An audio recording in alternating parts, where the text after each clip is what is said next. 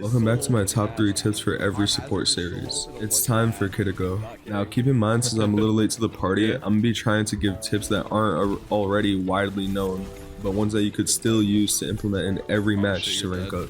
That being said, the first tip for Kiriko is timing. Now we all know Kiriko has some of the highest kill potential in the entire game.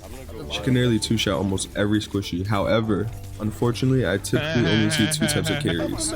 Those that spend 3/4 of the match flanking and using Suzu on themselves, or those who healbot and never take advantage of her incredible damage. What this all comes down to is timing.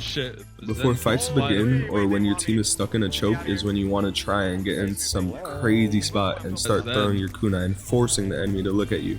Keep in mind, it's not always about landing the kill, but how much attention you can draw on yourself and alleviate pressure from your team to make space. Keep yourself safe, don't jump in the middle of their team, stay a safe distance away, and when it's getting too dicey, teleport out, or as soon as you see someone on your team is critical, TP back and start healing. The next tip, as carry, it is extremely important to understand when to save Suzu. You'll have to keep track of what the enemies have that you'll need to be using Suzu for. Is it Junker Queen ult, or Orisa, or something like Animate or Sleep?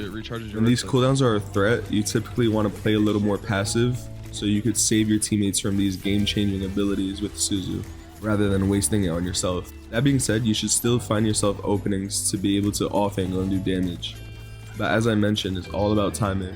Lastly, please don't just healbot and occasionally throw kunai down choke from super far away. Yeah, you'll get a few headshots this way, but you really want to find those windows where you could get on the side of a fight and in an awkward spot to overwhelm the enemy and make space. I think this is what separates a good Kiriko from a carry Kiriko. As a bonus tip, don't be scared to take duels. Carry destroys a lot of the DPS in 1v1s. Make sure to do a lot of wall climbing during duels, and if you aren't hitting consistent headshots, aim at the opponent's legs.